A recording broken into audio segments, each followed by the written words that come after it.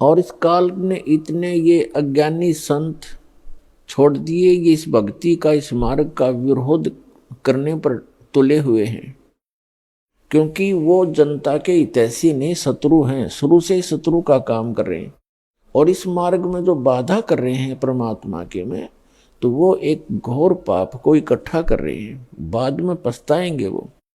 तो इसलिए आप जी का कर्तव्य बनता है कि प्रत्येक प्राणी को, अपने मित्र को, भाई को, बहन को, रिलेटिव को समझाएं, काल के जाल से निकालो उनको। वो भयंकर दुख का सामना कर रहे हैं और इस मनुष्य जीवन को नष्ट करके आगे जो उनके ऊपर कहर टूटेंगे, वो पुण्यात्माओं अभी पता नहीं उनको। और इस परमात्मा की शरण में आने से वो हर दुख से छूट जाएंगे।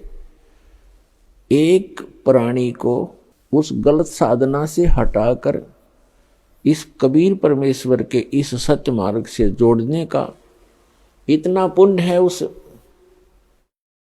व्यक्ति को, जो उसको वहां से सुलझा समझा के भगवान के दरबार में ले आता है। इतना पुण्य होगा जैसे करोड़ गौओं को और हत्थे में कटते हुए बचा दी जाए, करोड़ गायों को कसाई से छुटवा दिया जाए जो काटने को तैयार है।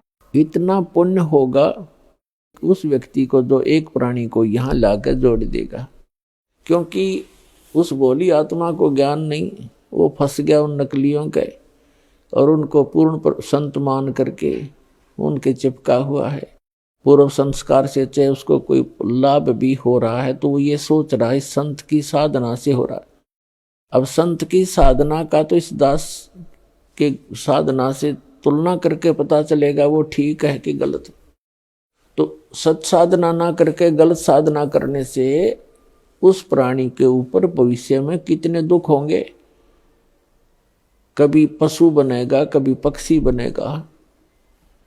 आप जी को दास ने बहुत बार दिखाया है महावीर जैन जी की जीवनी, उसमें वो 60 करोड़ बार तो गधा बना, 30 करोड़ बार कुत्ता।